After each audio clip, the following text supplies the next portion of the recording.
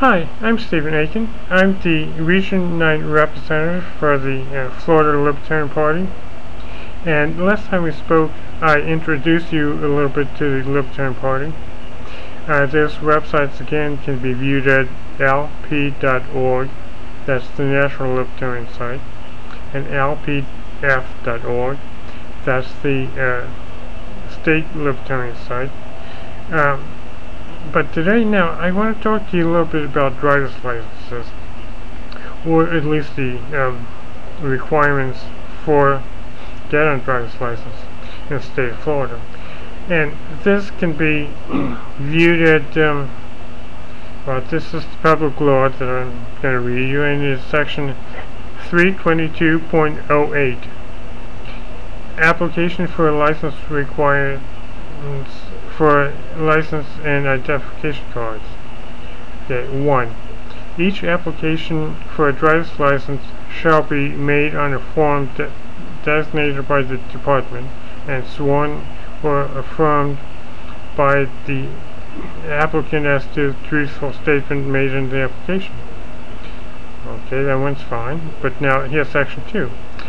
Each such applicant shall include the following information regarding the application. A. Full name, first, middle, maiden, and last name. Gender. And listen to this. Proof of Social Security card number. County of residence, mailing address. Proof of residential address. Country of birth, and a brief description. Okay, B.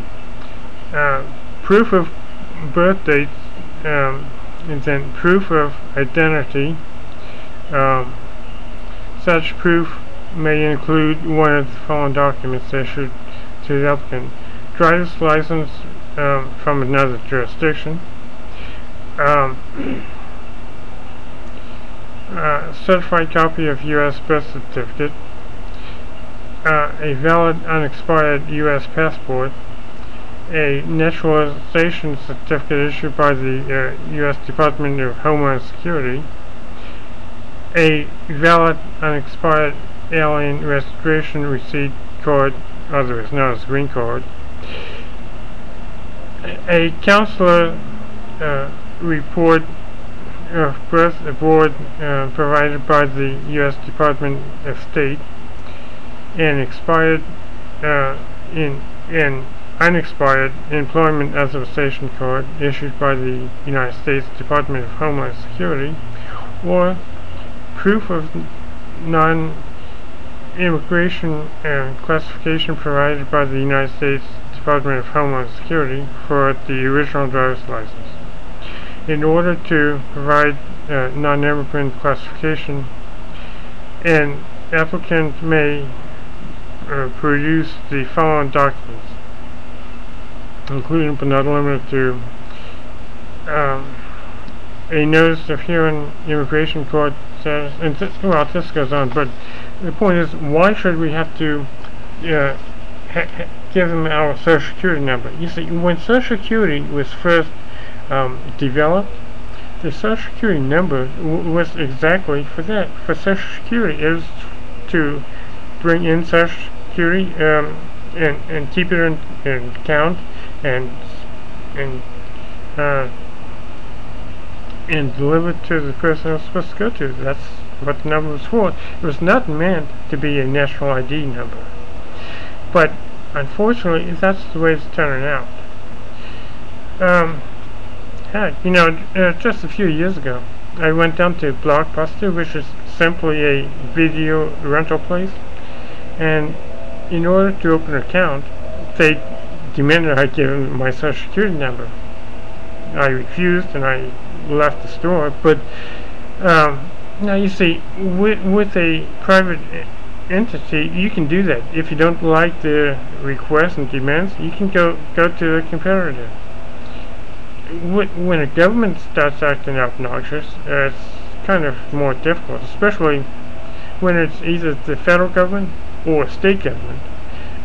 Even when local government starts acting obnoxiously, it's a little bit hard to just pull up stakes and go to another county or whatever. But why should we also have to prove our citizenship just for a driver's license? A driver's license, which, first of all, I don't really think that you should ever have to renew a driver's license. But that's a different issue. A driver's license is strictly to say that you at least should be able to drive a car. You have been exposed to the rules of the road. You have some idea of how to work a steering wheel, a gas pedal, or brake, that stuff. And that's what a driver's license is supposed to be. A person born in Mexico, for instance, they can drive a car just as well as somebody born in California or Florida or wherever. So, and some people may say, well, gee, that goes to the illegal immigration problem. No, it doesn't.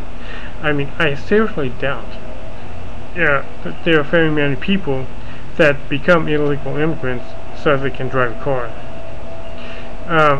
Now, granted, they may take advantage of our driver's license while they're here. In other words, they may become an illegal citizen for the free education or whatever, and while they're here, they may get a driver's license. But they didn't come over here for the driver's license.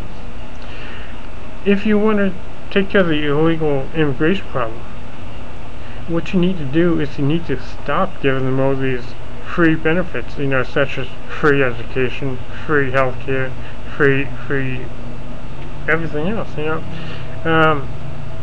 You need to focus on these things rather than the driver's license. Just total nonsense.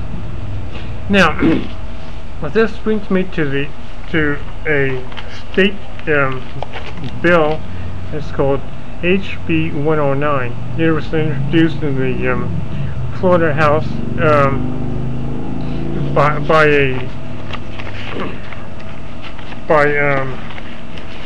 let's see. It was introduced by Larry Arden. He's a Republican. He's from Pinellas County, and it was filed on August 29th of this year. Now, this bill is, it's okay. It deserves our temporary support until something better comes along.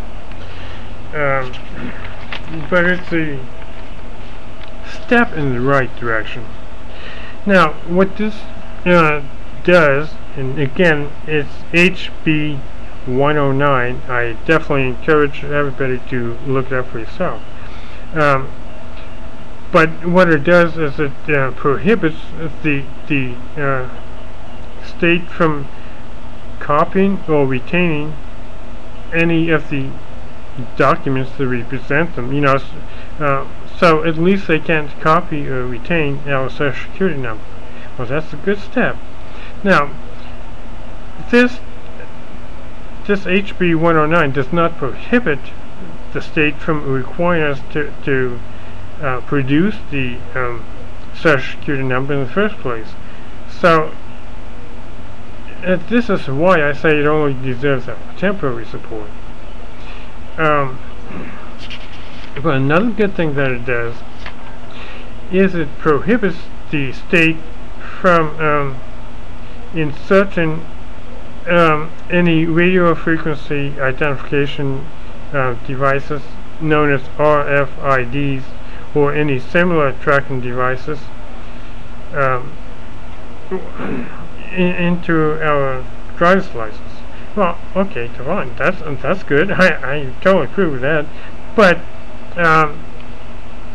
like I say, we shouldn't have to produce either our Social Security number, nor should we have to even produce proof that we're U.S. citizens.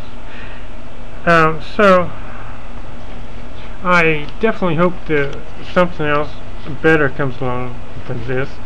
But until then, we need to support. Okay? Until next time, have a peachy day. I know I will.